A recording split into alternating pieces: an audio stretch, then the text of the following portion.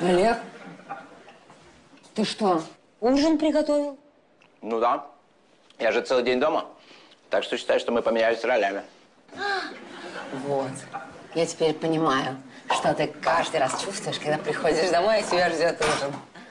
А ты чего разуваешься? На вот, мусор вынеси. Потешно. И вот денежка. Забеги в магазин, я батон забыл купить.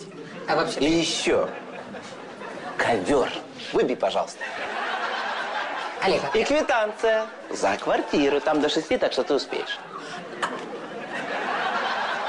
Вот теперь ты действительно знаешь, что я чувствую каждый раз в этот момент.